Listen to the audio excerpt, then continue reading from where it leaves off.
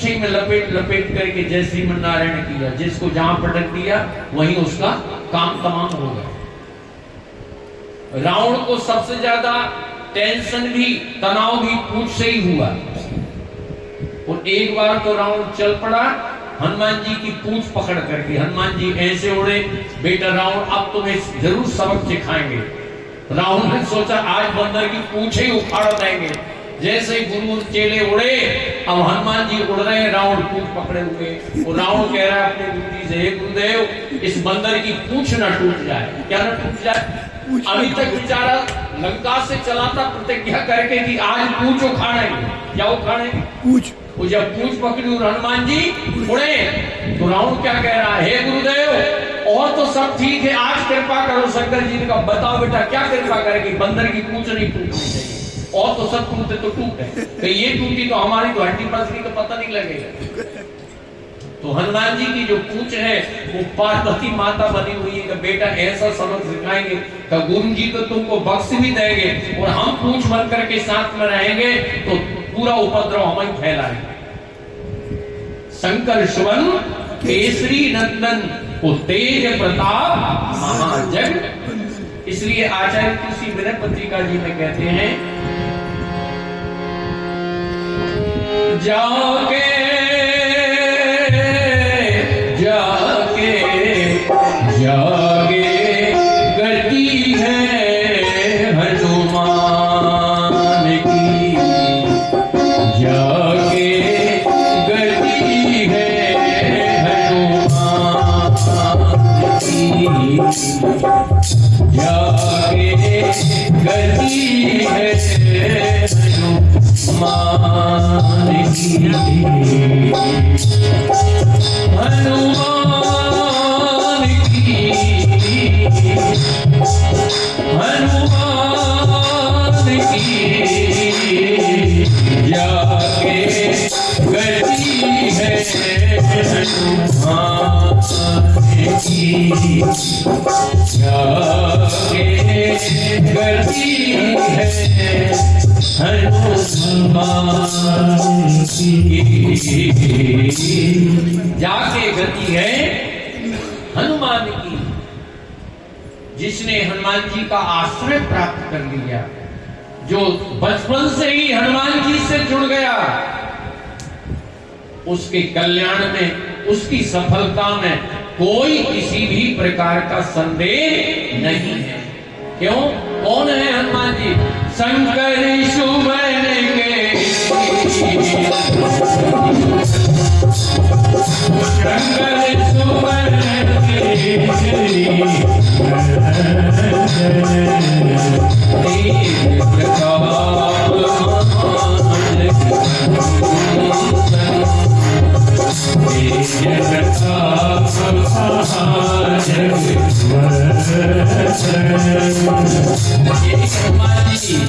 इसी भारतवर्ष में संत सुदर्शन सिंह चक्र जी को एक बार नहीं अनेक बार उनका दर्शन हुआ, जिन्होंने हनुमान जी का स्वयं का स्वतंत्र लेखन किया है भारतवर्ष में। और संतों ने जो हनुमान जी का चरित्र लिखा है वो पुराणों के आधार पर लिखा है, और सुदर्शन सिंह जी ने जो हनुमान जी का चरित्र लिखा है वो पुराणों के आधार पर नहीं लिखा, वो अपने अनुभव के आधार पर लिखा। उनको हनुमान जी का अनेक बार साक्षात्कार, अनेक बार, और उन्होंने ही शुक्रताल में 72 फुट की हनुमान जी की प्रतिमा का निर्माण करवाया, जिसमें 7 अरब राम नाम को स्थापित किया। देखिए राम नाम, 7 अरब राम नाम वो हनुमान जी के श्री विग्रह में रखे गए। रामधारी सिंह दिनकर और सुदर्शन सिंह चक्र जी, इन लोगों ने उन हनुमान जी का स्थापन शुक्रताल में किया, जो वर्तमान में अभी वहां संत केशवानंद सरस्वती उस मठ की सेवा कर रहे हैं। वहां उनके ललित भाव से लाड़ लड़ाए हुए ठाकुर भी रखे हुए हैं, जिनकी सेवा सुदर्शन सिंह चक्र जी करते थे हनुमान जी की कृपा से, गोपाल जी की। और सबको आश्चर्य होगा, ऐसा भगवत प्रेम कलयुग में देखने को कब मिलता होगा, कब मिलेगा। कहते हैं जब सुदर्शन सिंह जी पुरी जाने लगे तो पत्र लिखा जगन्नाथ भगवान को। वो कृष्ण भगवान को अपना छोटा भाई मानते थे। कान्हो, मैं जगन्नाथपुरी आ रहा हूं, एक पोस्ट कार्ड पर पत्र छोड़ दिया, मेरी रुकने की ठहरने की व्यवस्था करना।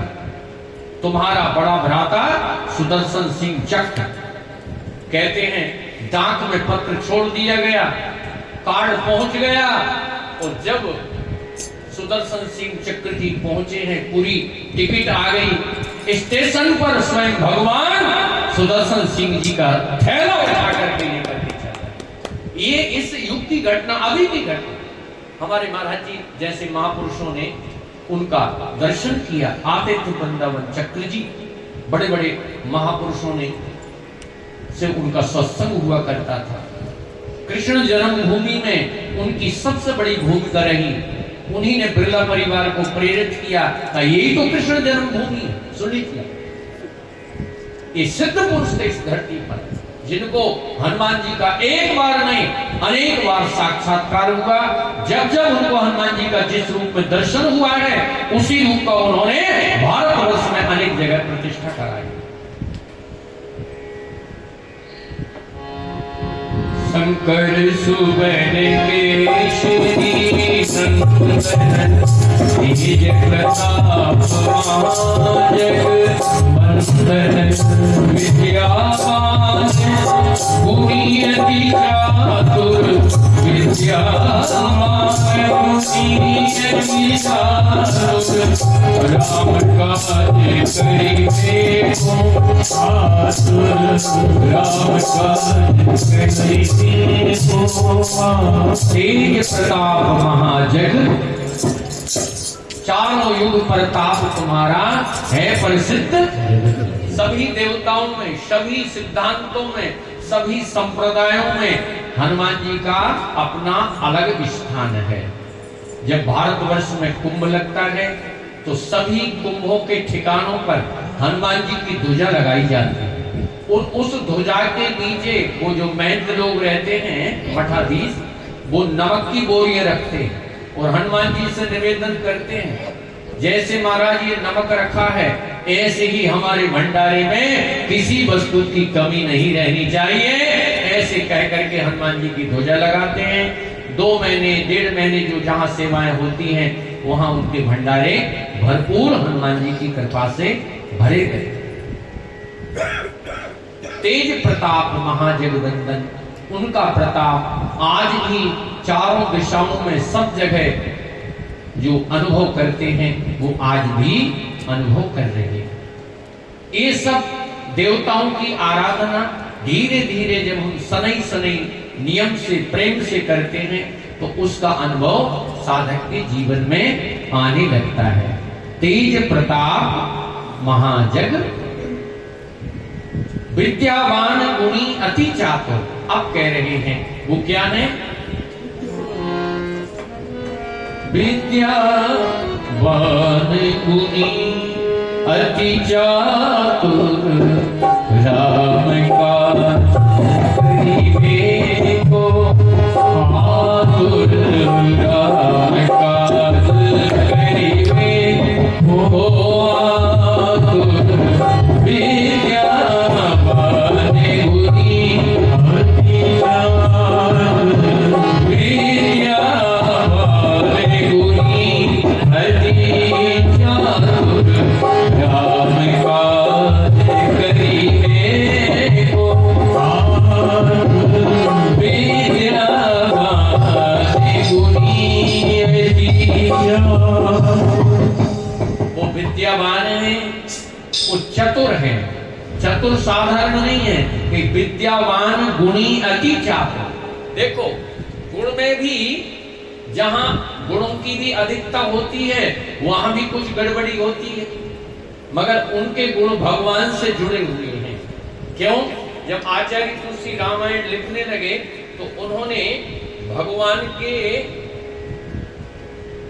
गुणों का तो धागा बनाया और कवियों की कविताओं से मोती बनाए। तो किसी ने कहा महाराज भगवान के गुणों को मोती की संज्ञा देते तो बहुत अच्छा होता, आपने धागा की संज्ञा क्यों दी?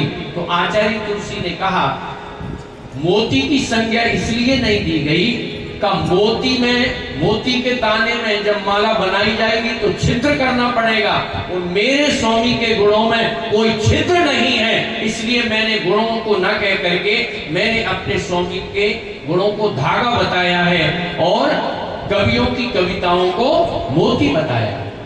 जुगुत बोधि पुनि पेहई कोहई रामचरित बलदार, पहरई सज्जन विमल उर शोभा अति अनुराग।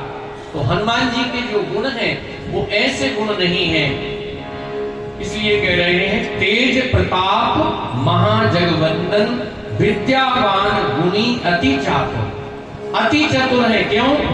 जो राम कार्य में लगा हुआ है, आचार्यों ने, महापुरुषों ने, नीतिकारों ने उसी को चतुर बताया। किस में लगाया है? जो राम काज में लग गया। अब आप कहोगे राम काज कोई एक ही पद्धति से होता है क्या? आप जो भी सेवा कर रहे हो उसको अगर भगवान की ही सेवा मान लो तो रामकारी तो हो ही जाएगा। बोलिए, कोई सब मंदिरों में बैठ जाएंगे तो ये खेती कौन करेगा? फैक्ट्री कौन चलाएगा? ये समाज का संचालन कौन करेगा? नहीं, इसका अर्थ ऐसे नहीं लेना है। इसका अर्थ ये है जो भी सेवा झाड़ू लगाने से लेकर के प्रधानमंत्री तक का कार्य है, ये राम की ही सेवा मान लो। आज लोगों को देश सुधार की बड़ी फिक्र है, रखनी भी चाहिए, मगर देश का सुधार और समाज का सुधार कोई अपनी बुद्धिमत्ता से नहीं कर सकता। जब वो उस कार्य को भगवान का कार्य मानेगा तो वो स्वतः ही कार्य सिद्धि की ओर आगे बढ़ेगा। आप बुद्धिजीवी हो सकते हो, बुद्धि योगी होना अलग विषय है। सुन लीजिए, कोई बुद्धिजीवी होता है जो अपना पेट पालन करता है बुद्धि से, वो बुद्धि योगी कौन होता है? जिसने प्रत्येक कार्य को भगवान की सेवा मान लिया है, वही बुद्धि योगी। गीता के इन सूत्रों को पढ़िएगा। क्यों जी? राम जी ने अपने शासन में एक व्यक्ति को नहीं बदला। बोलो, कृष्ण ने एक व्यक्ति को नहीं बदला, कोई व्यक्तियों को नहीं बदल सकता, ध्यान रखिएगा। हाँ, आप अगर भगवान की सेवा मान करके कार्य करो तो आप में भी बदलाव आएगी, आपके परिवार में चेंजेशन आएगा, एक समाज में आएगा। एक व्यक्ति समाज की एक इकाई होता है, एक व्यक्ति सुधरेगा तो सब सुधरेंगे, मगर ये एक व्यक्ति तभी सुधरेगा जब प्रत्येक कार्य को वो भगवान की सेवा मानेगा तब। अब ताली बजाओ या मत बजाओ, बात सत्य है। कई बातें हजम नहीं होती लोगों को, ये हो सकता है। कोई जरूरी नहीं है कि आपके ही मन की बात कही जाए तो आपको हजम होगी, क्यों? वो शास्त्र के विरुद्ध है। प्रत्येक कार्य को भगवान की सेवा मानना पड़ेगा। आप रसोई में काम कर रही हो, वो भगवान की सेवा है। नौकर झाड़ू लगा रहा है, वो भगवान की सेवा है। जब इस भाव से मजदूर से लेकर के उद्योगपति तक, चपरासी से लेकर के प्रधानमंत्री तक ये भाव रख करके सेवा करेगा तो राम राज्य की स्थापना समाज में होगा। मगर ये भाव सबको बनाना होगा, और इसी भाव बनाने में तो कठिनता है। क्यों? बोलो, ये भाव बनाने में कठिनता।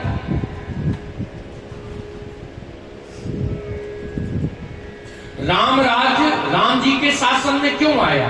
कृष्ण के शासन में कृष्ण राज्य क्यों नहीं आया? बोलिए, वो भी तो परमात्मा थे।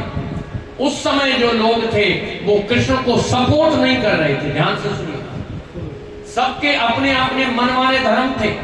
भीष्म पितामह अपने धर्म पर डटे हैं, कर्ण अपने धर्म पर डटा हुआ है, द्रोणाचार्य ने अपना धर्म पकड़ लिया है। वो परमात्मा से विलग धर्म मानते थे, इसलिए महाभारत में करोड़ों लोग मारे गए। इन बातों को समझना होगा। आप मजदूरी कर रहे हैं कि आप उद्योगपति हैं, आप उसी प्लेटफार्म को भगवान का प्लेटफार्म मानिएगा, तभी आनंद होगा। यही सेवा है, यही भक्ति है। क्यों? यही भक्ति है। जिन्होंने राष्ट्र सेवा की, भगवान का स्वरूप मान करके राष्ट्र को सेवा की, तभी वो राष्ट्र के नायक बनता है।